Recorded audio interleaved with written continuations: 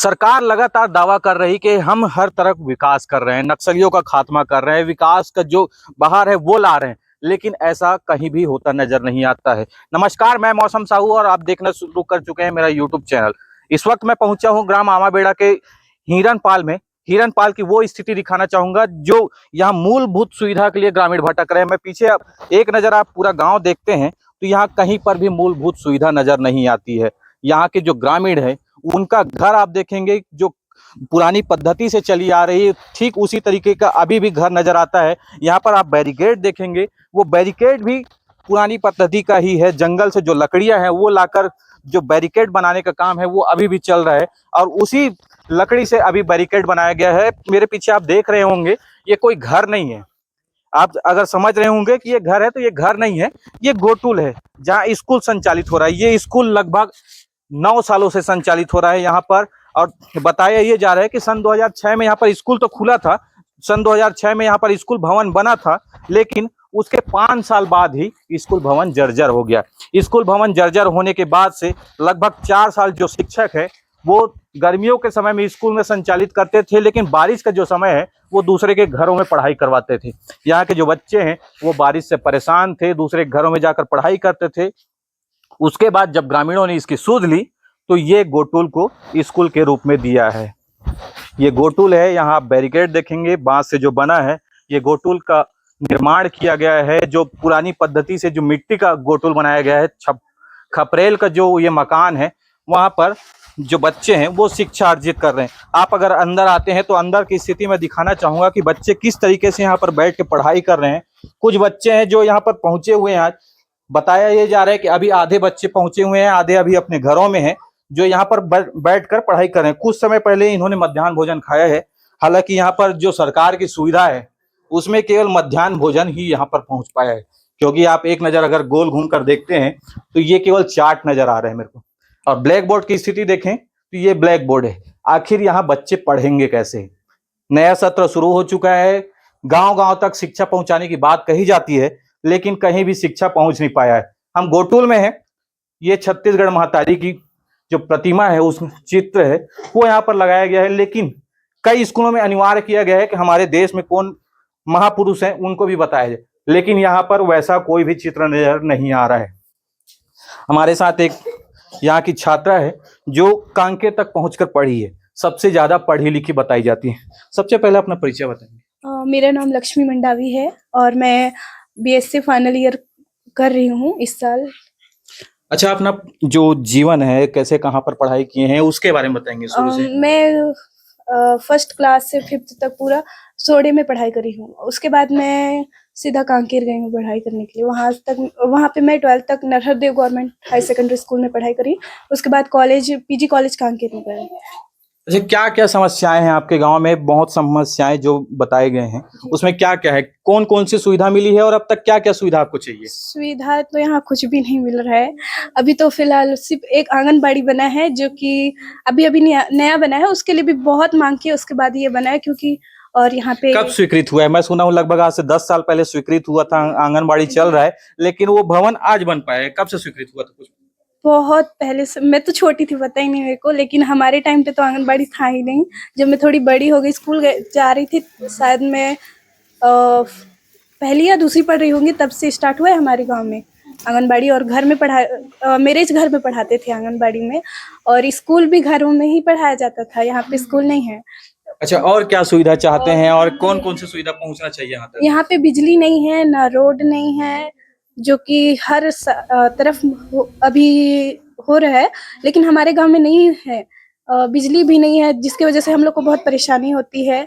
और रोड नहीं होने की वजह से बारिश में तो सबसे ज्यादा परेशानी होती है, क्योंकि यहाँ पे गाड़ी नहीं आ पाती। छोटे 2 पहिया वाले बस गाड़ी आते हैं।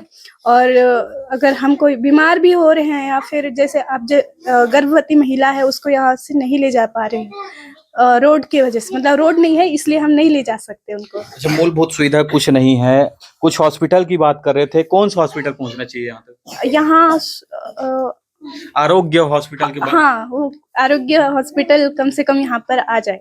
यहाँ पर बनना चाहिए। और क्या सुविधा चाहते हैं? जैसे गांव में अगर पानी टंकी देखते हैं तो पानी टंकी लगा है, लेकिन क्या सप्लाई हो पा रहा है? नहीं हो रहा है सर, वो भी बहुत मतलब मुश्किल से बना है, बन तो रहा है लेकिन कहीं जगह पे नल जल वाला जो बना रहे हैं ना, क्या बोलने से, पानी के लिए, वो भी नहीं बना है। पूरा आधा आधा घर में बना है और फिर पानी सप्लाई भी नहीं हो रहा है। वो लोग भी आते हैं और फिर चले जाते हैं, बनाते तो है ही नहीं।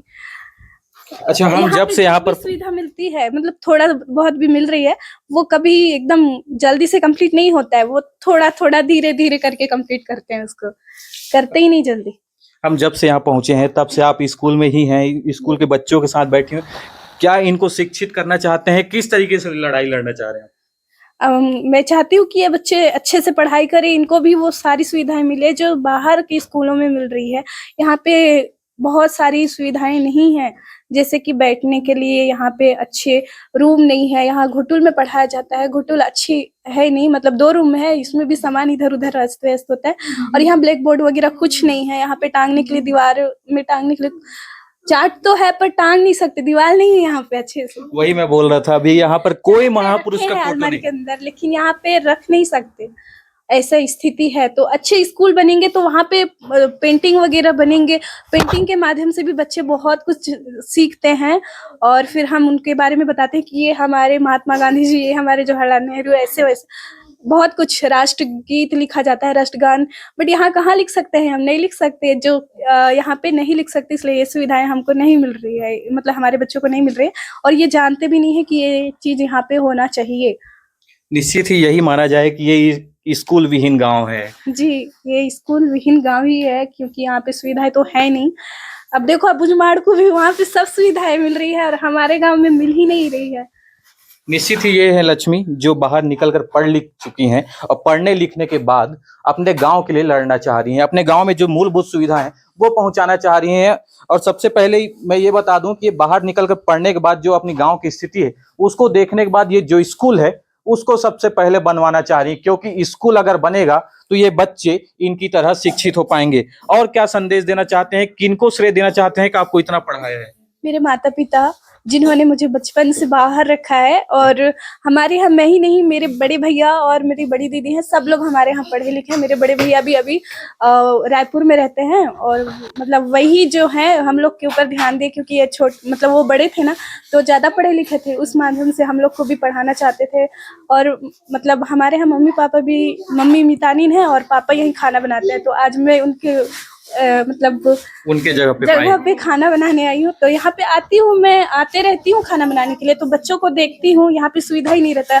जैसे आप देख रहे हो उधर किचन निश्चित ही लग ये रहा है आप जानबूझ के पिताजी को बोलते हैं आप खेतों में जाइए, मैं जाऊंगी स्कूल। नहीं सर, बट अभी मैं अगर कॉलेज का फॉर्म डल रहा है, डाली तो नहीं हूँ, बट उसके बाद अगर मेरा सीट मिल जाएगा रेगुलर में तो मैं चले जाऊंगी, और नहीं लगेगा तो शायद यहीं पे फिर खाना बनाने के लिए आऊंगी।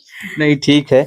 और दूसरी चीज ये बोल रहा था कि आपके जो बड़े भैया हैं वो क्या करते हैं? वो एक्सिस बैंक में जॉब करते हैं, उसके साथ साथ वो स्टडी भी कर रहे हैं। वो क्या बोलते हैं, बीएड का, मतलब टीचर बनना चाहते हैं। वो भी उनका सब कंप्लीट हो गया है, बस उनका लग नहीं रहा है। और सोचिए, एक्सिस बैंक में जॉब कर रहे हैं, कहा यह जाता है कि बैंक में जब जॉब करते हैं तो उनका जो पेमेंट है वो सबसे ज्यादा रहता है। फिर भी इनके भैया स्कूल के शिक्षक बनना चाहते हैं ताकि अपने क्षेत्र में पहुंचे और उनका पढ़ाई, जो अपने क्षेत्र के बच्चे हैं उनका पढ़ाई आगे करवा सके।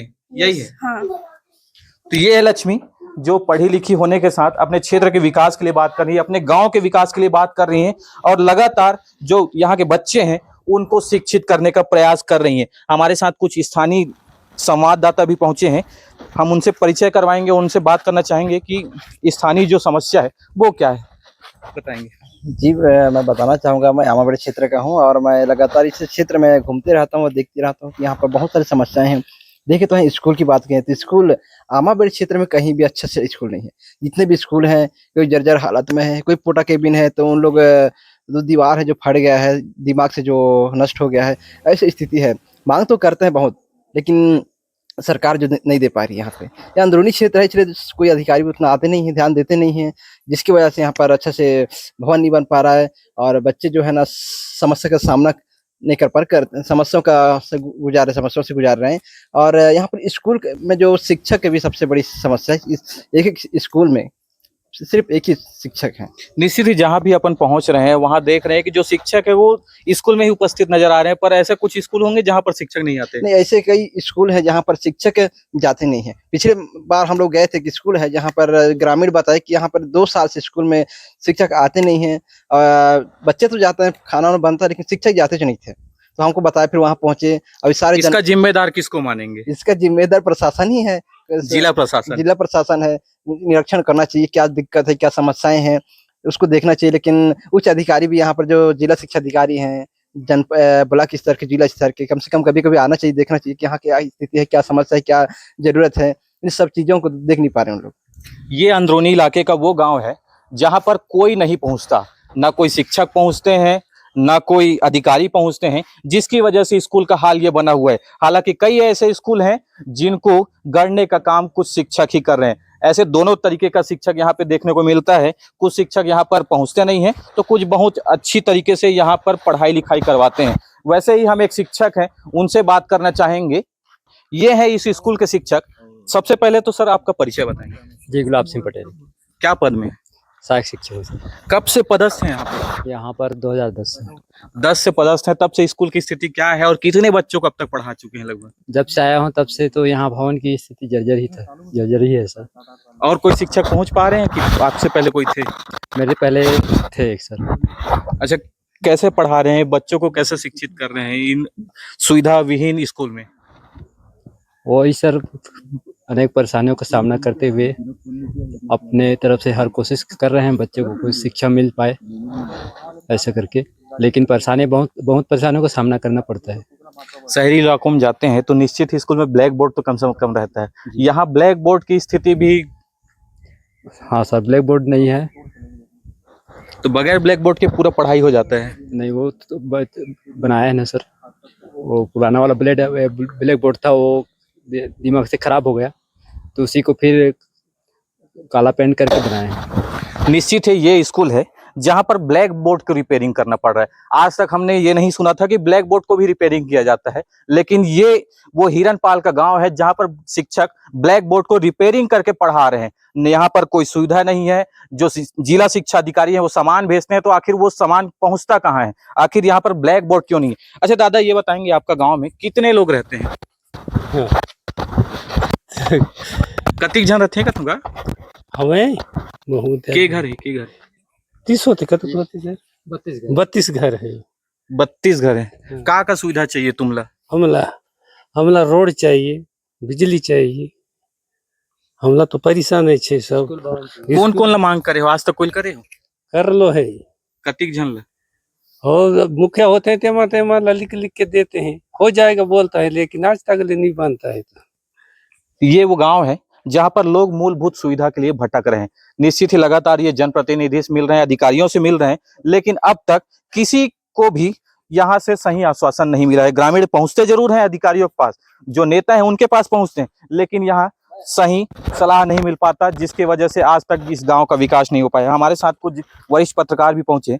भैया, ये बताएंगे कि ये जो गाँव है यहाँ पर कोई मूलभूत सुविधा नहीं है, तो आखिर इस गांव का विकास कैसे होगा? यहाँ के लोग कैसे शिक्षित होंगे और क्या नजरिया है इस गांव का, क्या देखेंगे? देखो, इस गांव में जब हम आ रहे थे तो जो रास्ता था, उस रास्ते को देख के एक चीज समझ में आ गई थी कि इतनी बुरी स्थिति में यहाँ के लोग जो हैं वो जीवन यापन कर रहे हैं। और यहाँ पहुंचने के बाद जो चीजें पता चली वो तो और भी ज्यादा हैरान करने वाली थी कि इस गाँव में बिजली नहीं है, सड़कें नहीं है, पानी की सुविधा नहीं है, जो सबसे मूलभूत सुविधा होती है। 2024 चल रहा है, पूरा जमाना डिजिटल हो रहा है, लोग चांद पे जाने की बात कर रहे हैं, जैसा कि आप कह रहे थे। तो ऐसे समय में भी आप सोचिए कि कोई खास दूरी नहीं है, केवल 50 किलोमीटर दूर है ये जिला मुख्यालय से, और 50 किलोमीटर की दूरी में अगर ये स्थिति है तो मुझे लगता है कि शासन प्रशासन सभी को सोचना चाहिए कि आखिर जो विकास के दावे कर रहे हैं वो विकास हो कहाँ रहा है। केवल शहरी इलाकों में बड़े बड़े ब्रिज बनाने से विकास नहीं होता है, शहरी इलाकों में इंटरनेशनल स्कूल खोलने से विकास नहीं होता है। अंतिम छोर तक आपको वो सुविधा देनी होंगी, जो सुविधाएं आप शहर में दे रहे हैं वो सुविधा अंतिम छोर तक भी पहुंचनी चाहिए, क्योंकि ये भी उसी देश के नागरिक हैं जिस देश के नागरिक वो नेता और मंत्री हैं, जिस देश के नागरिक वो अधिकारी हैं उसी देश के नागरिक ये ग्रामीण भी हैं। तो इन्हें क्यों सुविधा नहीं मिल रही है? ये वास्तव में बहुत ही हैरान करने वाली चीज है कि आज भी लोगों को इन परिस्थितियों में रहना पड़ रहा है। और मुझे लगता है कि ये खबरें जब चलेंगी उसके बाद शायद कोई अधिकारी या नेता जागे, उनकी नींद टूटे और इस ओर वो अपनी ध्यान दे और जल्द से जल्द ये जो ग्रामीण हैं उन्हें कुछ सुविधा यहाँ पर मिल सके। क्योंकि देखिए एक बच्ची भी हमें मिली थी जो कांकेर में रहकर पढ़ाई कर रही है, तो इस अंधेरे से निकलकर वो आज वहां तक पहुंची है और अच्छी पढ़ाई वो कर रही है।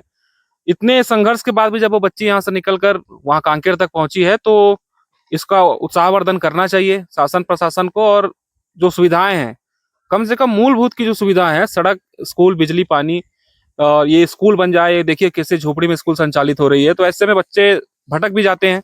और अगर बच्चों को भटकने से रोकना है, नक्सलवाद को खत्म करना है, तो नक्सलवाद केवल बंदूक की लड़ाई से खत्म नहीं होगा, मैदानी इलाकों तक आना होगा, तभी इसमें कुछ सुधार हो सकता है।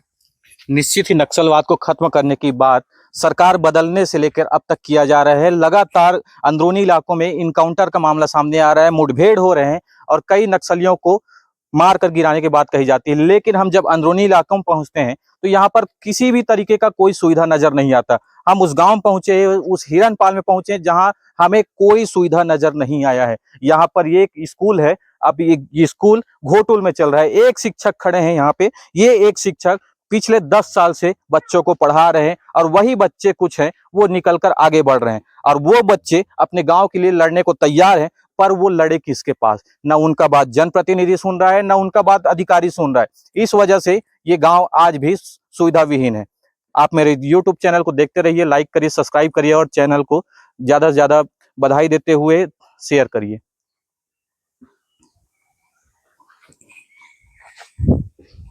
चले भाई।